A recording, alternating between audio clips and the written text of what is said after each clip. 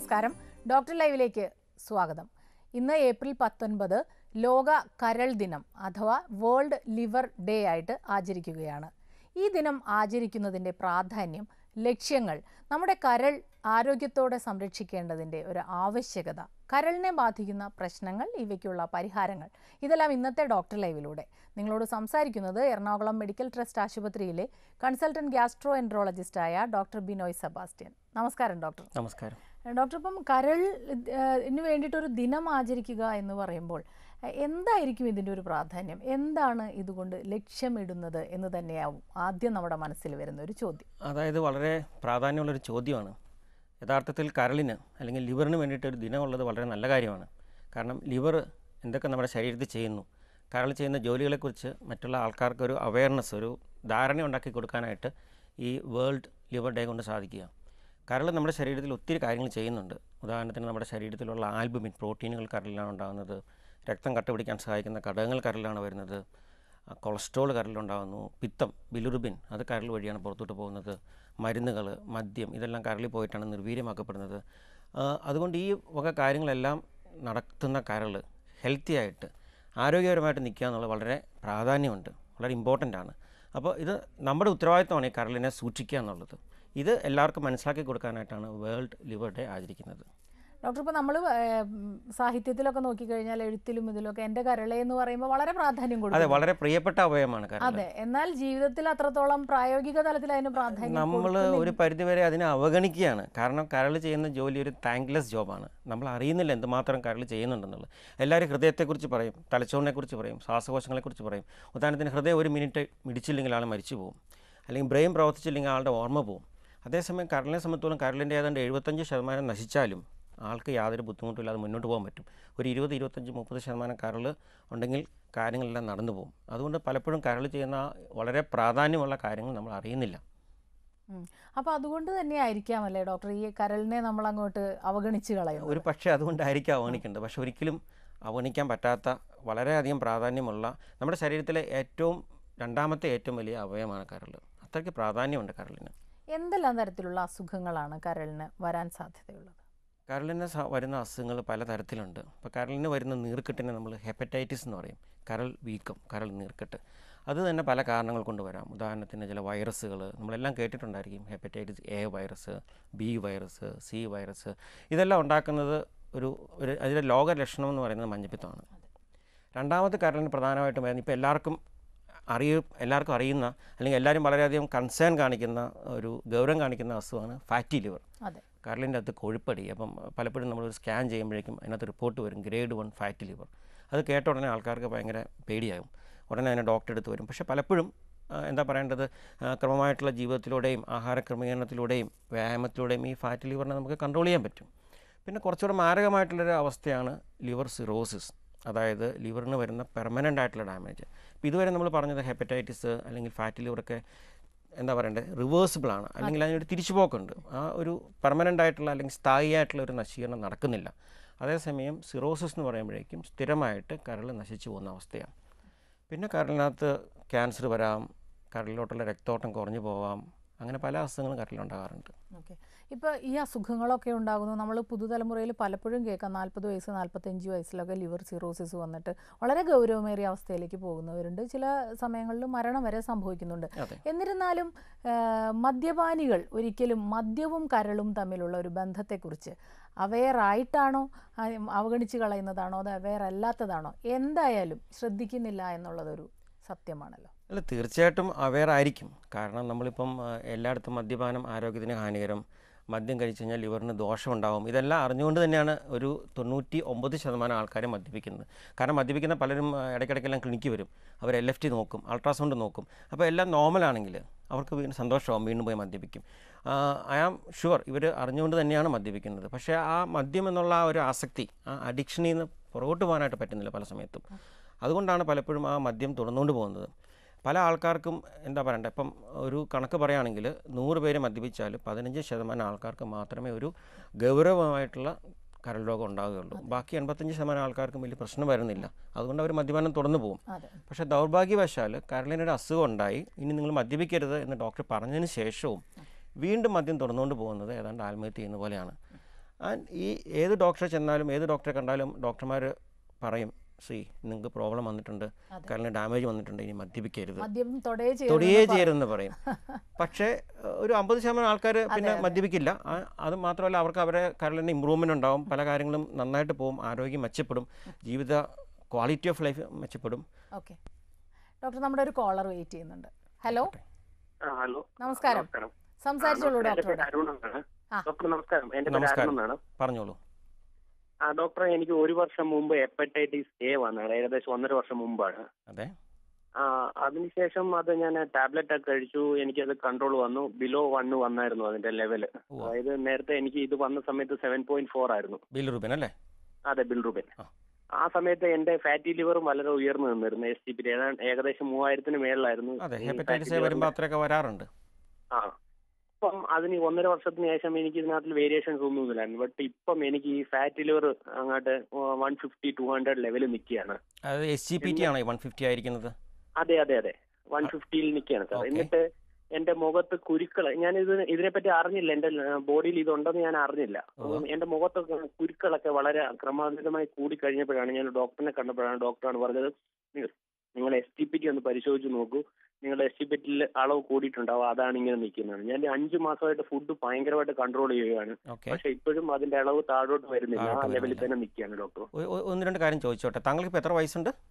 എനിക്ക് 24 വയസ്സുണ്ട്. 24 വയസ്സുണ്ട് അല്ലേ? വണ്ണിച്ച ശരീരപ്രകൃതിയാണോ? വണ്ണമുണ്ടോ? എന്തോ വണ്ണം കൂടുതലുള്ള ആളാണോ? ഡോക്ടറെ, ഞാൻ 6 അടിയുണ്ട്, എനിക്ക് 80 കിലോ ഉണ്ട് വെയിറ്റ്. അത് ഒത്തിരി കൂടുതലല്ലല്ലോ നമ്മുടെ പൊക്കത്തിനനുസരിച്ചിട്ട്.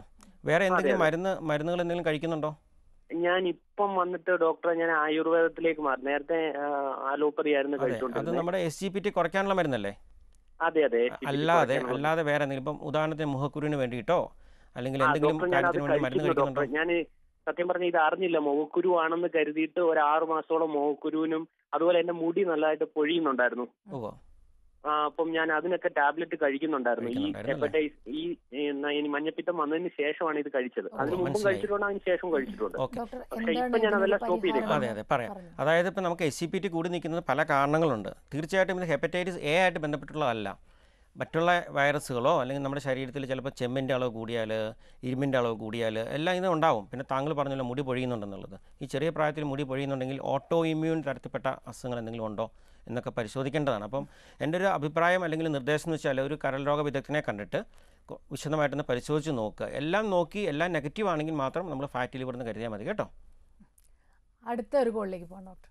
ഹലോ നമസ്കാരം മാഡം. നമസ്കാരം. ഞാനിത് കണ്ണൂരിൽ നിന്നാണ് വിളിക്കുന്നത്. പറയൂ സാർ. നമസ്കാരം സാർ, ഞാൻ കണ്ണൂർ ജില്ലയിൽ നിന്നാണ് സംസാരിക്കുന്നത്. നമസ്കാരം. എന്റെ പേര് ഉണ്ണികൃഷ്ണൻ സാർ. എന്റെ ഒരു 5 വർഷം മുന്നേ എനിക്കൊരു പാൻക്രിയാസ് സർജറി കഴിഞ്ഞിരുന്നേ. പാൻക്രിയാസിനാ? പാൻക്രിയാസ് തന്നെ. അപ്പൊ അതിൽ ഫാറ്റി ലിവർ ആണെന്ന് കണ്ടത്. അതെ, ഇപ്പോഴും അതേമാതിരി തന്നെ ഫാറ്റി ലിവർ ആണ്, അതിലൊരു മാറ്റവും ഇല്ല. ഓക്കെ. എന്തിനായിരുന്നു പാൻക്രിയാസിന് ഓപ്പറേഷൻ ചെയ്തത് ഉണ്ണികൃഷ്ണൻ? പാൻക്രിയാസിന് സ്റ്റോൺ ആയതുകൊണ്ട് പാൻക്രിയാസിൽ കല്ല് വന്നു. ഇപ്പൊ ക്രോണിക് കാൽസിഫിക് പാൻക്രിയാറ്റൈറ്റിസ് എന്ന് പറഞ്ഞ അവസ്ഥയാണ് അല്ലേ? പ്രമേഹം ഉണ്ടോ ഉണ്ണികൃഷ്ണന്? ഇപ്പോ പ്രമേഹം വന്നിട്ടുണ്ട് സാർ. പ്രമേഹം വന്നിട്ടുണ്ട്. അപ്പോൾ എന്താണെന്ന് വെച്ചാൽ പാൻക്രിയാസിൽ കല്ല് വരുന്ന ആൾക്കാർക്ക് പ്രമേഹം വരാനുള്ള സാധ്യത കൂടുതലാണ്. പ്രമേഹം വരുമ്പോൾ നമുക്ക് കരളിൽ ഫാറ്റ് അടിയാനുള്ള സാധ്യതയും കൂടുതലാണ്.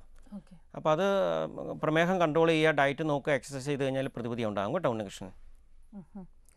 ഡോക്ടർ, ഇപ്പോൾ ഈ ചോദ്യം, പ്രമേഹം പലർക്കുമുണ്ട്, വളരെ നേരത്തെ തന്നെ ഇപ്പോൾ വരുന്നുണ്ട്. പ്രമേഹ രോഗം പല അവയവങ്ങളെയും ബാധിക്കാറുണ്ട്. കരളിനെ ഇത് എങ്ങനെയാണ് ബാധിക്കുന്നത്? അപ്പോൾ പ്രമേഹ രോഗികൾ ശ്രദ്ധിക്കേണ്ട കാര്യങ്ങൾ എന്തെല്ലാം? അതെ, അപ്പോൾ ഇപ്പോൾ പറഞ്ഞ പോലെ തന്നെ കരളിൽ വരുന്ന ഏറ്റവും കോമൺ ആയിട്ടുള്ള ഒരു മാറ്റം എന്ന് പറയുന്നത് ഫാറ്റി ലിവറാണ്. ലിവറിനകത്ത് കൊഴുപ്പടിക്കുക. അത് പ്രമേഹമുള്ള ആൾക്കാർ പലപ്പോഴും അമിതവണ്ണമായിരിക്കും. അപ്പോൾ അങ്ങനെ വരുമ്പോൾ അവരുടെ കൊളസ്ട്രോൾ മെറ്റബോളിസത്തിനകത്ത് അബ്നോർമാലിറ്റി വരും, ഈ ലിവറിൽ ഫാറ്റ് ഉണ്ടാകും. അതാണ് ഏറ്റവും കോമൺ ആയിട്ട് സംഭവിക്കുന്ന കാര്യം. രണ്ടാമതായിട്ട് ചില ആൾക്കാർക്ക് നമ്മുടെ ഈ ഇൻസുലിൻ്റെ മെറ്റബോളിസം, ഇൻസുലിൻ അളവ് കൂടാം കുറയാം, അതുപോലെ തന്നെ പെട്ടെന്ന് ഷുഗറിൽ വ്യതിയാനം വരാം. അപ്പോൾ ആ ഒരു കാര്യം അവർ ശ്രദ്ധിക്കേണ്ടതാണ്. പിന്നെ പ്രമേഹത്തിന് വേണ്ടിയിട്ട് ഉപയോഗിക്കുന്ന ചില മരുന്നുകൾ നമ്മൾ ഈ കരൾ രോഗം ഉണ്ടെങ്കിൽ അവോയ്ഡ് ചെയ്യുക, കഴിവതും ഇൻസുലിനിലോട്ട് മാറുക. ഇങ്ങനെയുള്ള കാര്യങ്ങളാണ് നമ്മൾ ശ്രദ്ധിക്കേണ്ടത്. ഡോക്ടർ, നമുക്കൊരു ഇടവേളയ്ക്ക് ശേഷം തിരികെ വരാം. തീർച്ചയായിട്ടും. ഡോക്ടർ ലൈവിൽ ഒരു ഇടവേള.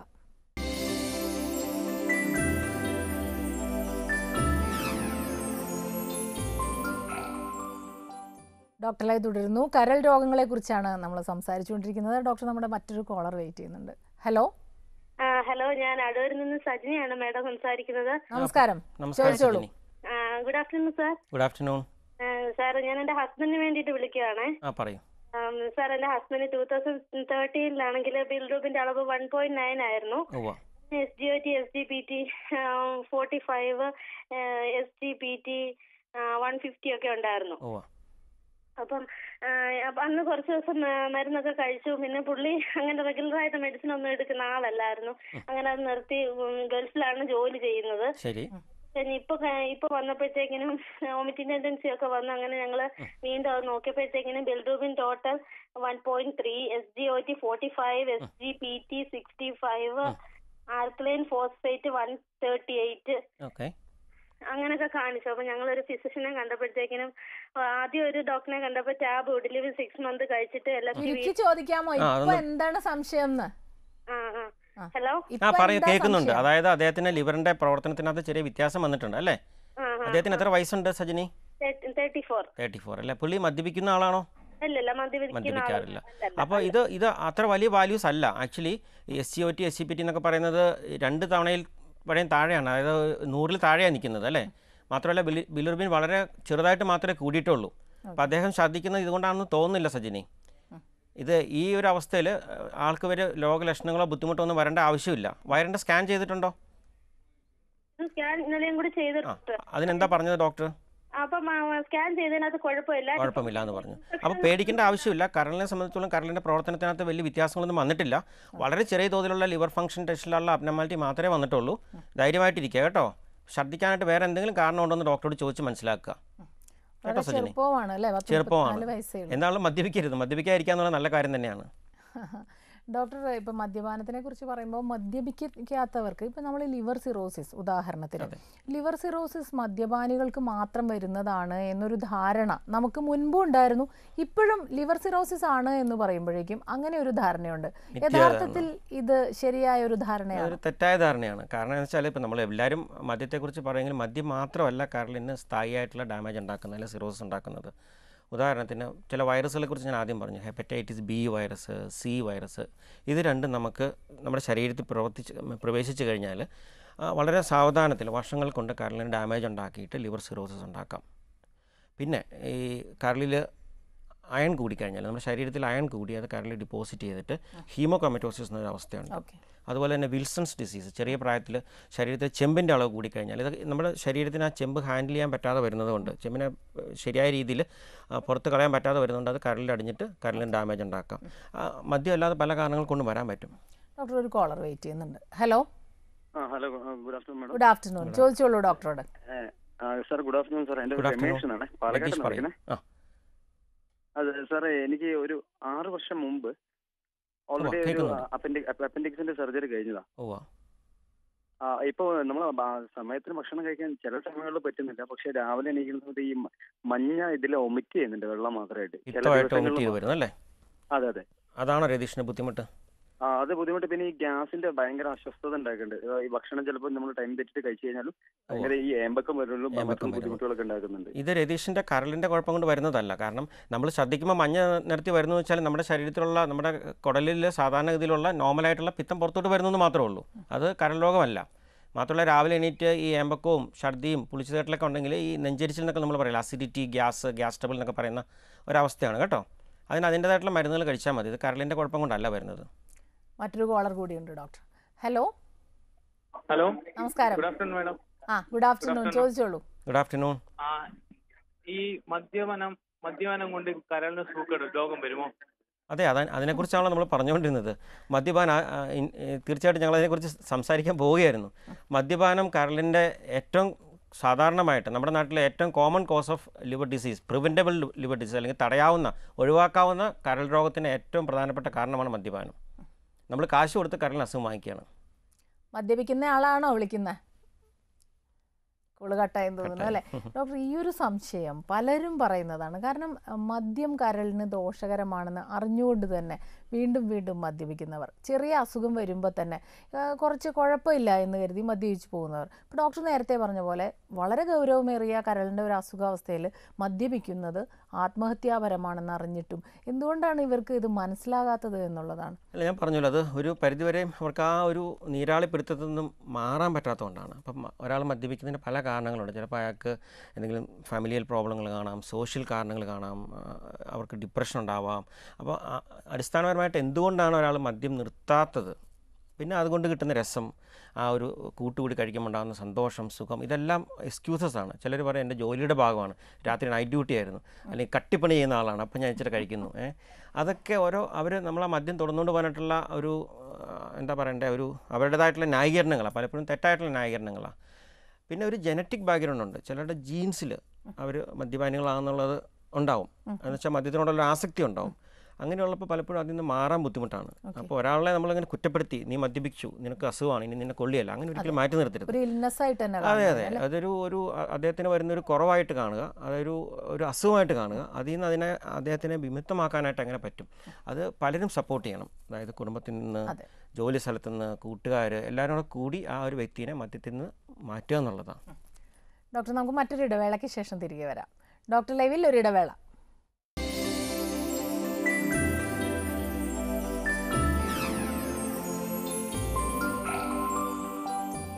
ഡോക്ടർ ലൈവ് തുടരുന്നു.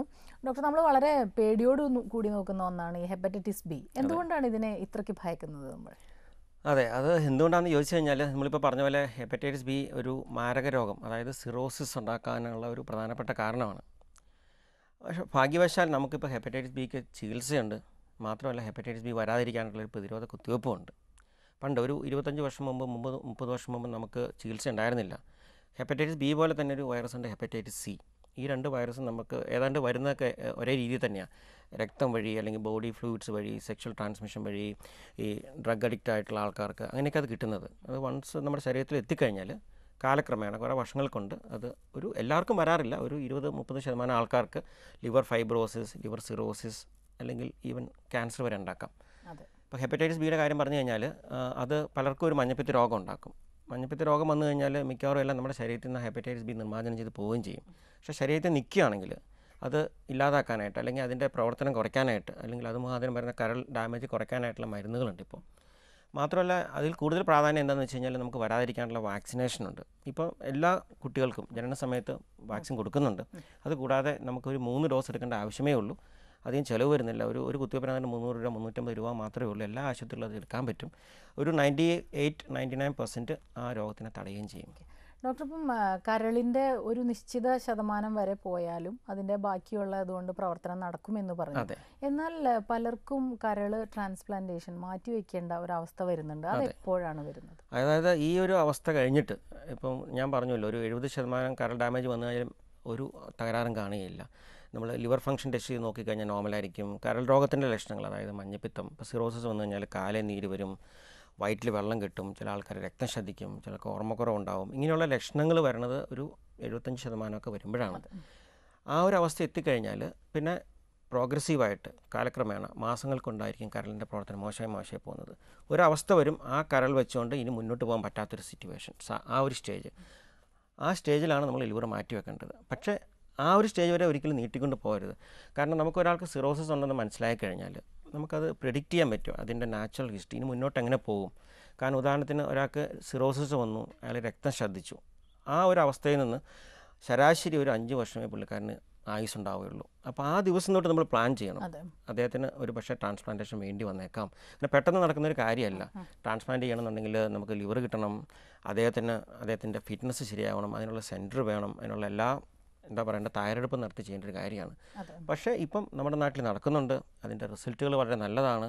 മാത്രമല്ല, ഇപ്പം ഈ മീഡിയയും സർക്കാരും എല്ലാം ഒരുമിച്ച് പ്രവർത്തിച്ച് കൂടുതൽ അവയവദാനങ്ങൾ ആൾക്കാർ മുന്നോട്ട് വരുന്നുണ്ട്. അതിൻ്റെ ഒരു നല്ല മെസ്സേജ്. ദൗർഭാഗ്യവശാൽ ഇപ്പോൾ കുറച്ച് ദിവസങ്ങളായിട്ട്, അല്ലെങ്കിൽ ഈ ഒരു ഏതാനും മാസങ്ങളായിട്ട് അതിന് കുറച്ച് ഒരു ഇടിവ് തട്ടിയിട്ടുണ്ട്. അതായത് ഇന്ന് തന്നെ ഒരു പത്രത്തിലൊരു ലേഖനം ഉണ്ടായിരുന്നു, ഡോക്ടർ ജോസ് ചാക്കോ പെരിയപ്പുറത്തിൻ്റെ, അതായത് അവയവദാനം കുറഞ്ഞു വരുന്നു എന്ന് പറഞ്ഞിട്ട്. അതൊരു മോശം ട്രെൻഡാണ്, ഒരു ദൗർഭാഗ്യം എന്ന് തന്നെ വേണം പറയാനായിട്ട്. പക്ഷേ നമ്മൾ അതിനെക്കുറിച്ച് മനസ്സിലാക്കിയിട്ടുണ്ട്, എന്തുമാത്രം മഹത്വമാണ് ഒരാൾ ഒരു അവയവം കൊടുക്കുമ്പോൾ. കാരണം വേറൊരു ജീവൻ കിട്ടുകയാണ്. മനസ്സിലായില്ലേ ഡോക്ടർ? ഇന്ന് ലോക കരൾ ദിനത്തിൽ പ്രേക്ഷകരോട് ഒരു സന്ദേശവുമായിട്ട് നമുക്കിത് അവസാനിപ്പിക്കാൻ തോന്നും.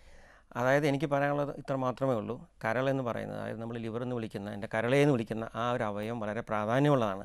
നമ്മുടെ ഒരു ക്വാളിറ്റി ഓഫ് ലൈഫ്, അതായത് ആരോഗ്യത്തോടു കൂടിയുള്ള, സന്തോഷത്തോടു കൂടിയുള്ള, ഉല്ലാസത്തോടു കൂടിയുള്ള ജീവിതം മുന്നോട്ട് കൊണ്ടുപോകാനായിട്ട് കരൾ വളരെയധികം അത്യന്താപേക്ഷിതമാണ്. കരളിൻ്റെ ആരോഗ്യം നമ്മുടെ കയ്യിലാണ്. നമുക്കറിയാം എന്തൊക്കെ അസുഖം കൊണ്ടാണ് കരൾ വരുന്നത്, ഡാമേജ് വരുന്നത്, തകരാറ് വരുന്നത്.